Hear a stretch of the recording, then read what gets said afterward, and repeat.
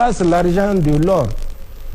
Mais quand nous étions arrivés le 26 juillet 2023, combien de grammes d'or nous avons trouvé au Trésor national comme appartenant à l'État nigérien, donc appartenant à l'ensemble des Nigériens? Zéro. Quels étaient les bénéfices de la vente de l'uranium au profit des Nigériens? Rien. Au pire,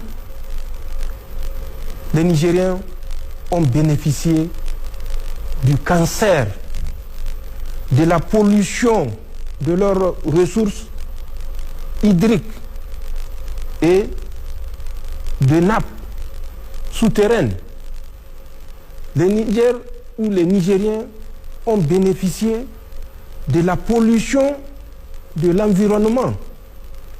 Donc, c'est un processus qui a duré plus de 70 ans que nous nous sommes évertués à défaire après l'avoir combattu avec l'arme intellectuelle, l'arme de la raison, l'arme du pragmatisme et l'arme de la dignité.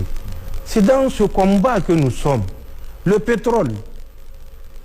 Mais que rapporte le pétrole aux Nigériens? Tout s'inscrit dans ce combat. Et c'est ce que nous faisons. Et c'est ce que nous n'avons cessé d'annoncer aux Nigériens. Il faut qu'ils comprennent que nous ne sommes pas à 100% maîtres de nos ressources naturelles ou autres. Et un peuple qui n'est même pas libre, qui n'est même pas maître de son destin, donc le combat le plus pragmatique est de le faire comprendre qu'il est désormais maître de son destin, qu'il est maître de ses ressources.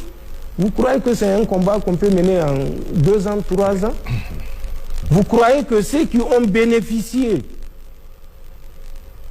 de toute cette manne vont rester les bras croisés? Jetez un coup d'œil à ce qui se passe en France. Vous comprendrez.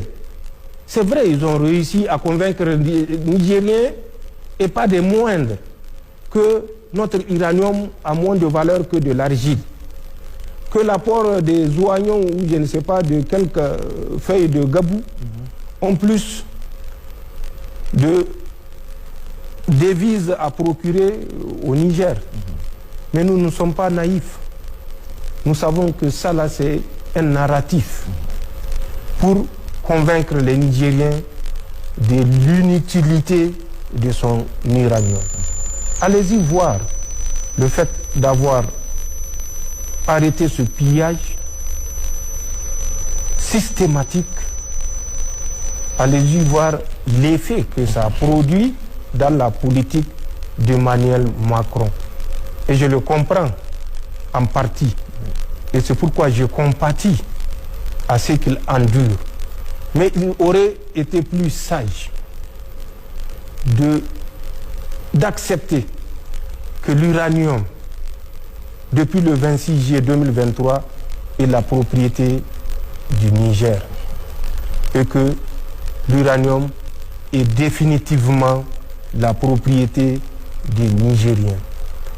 Un partenaire sérieux qui ne méconnaît pas, qui ne vient pas avec l'esprit de pillage qui les a toujours guidés, qui ne vient pas avec l'esprit hautain, condescendant, mesquin vers nous, négocier, que ce partenaire comprenne que nous sommes disposés, tant que ce n'est pas ces qualificatifs, ces critères qui le guident.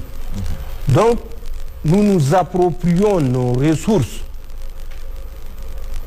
Nous remercions et félicitons les employés de la Somaïr, puisque la Cominac a été assassinée par les mêmes Français quand ils ont pensé que l'uranium n'a plus d'apport économique suffisant, où ils avaient choisi de ne pas investir pour réhabiliter les galeries de la Cominac.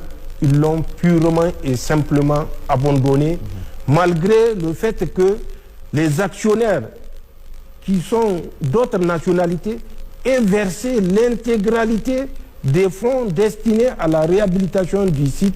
Malgré ce fait, les Français ont refusé de continuer la réhabilitation du site pour nous laisser plus de 600 km de galeries en train de contaminer notre nappe phréatique.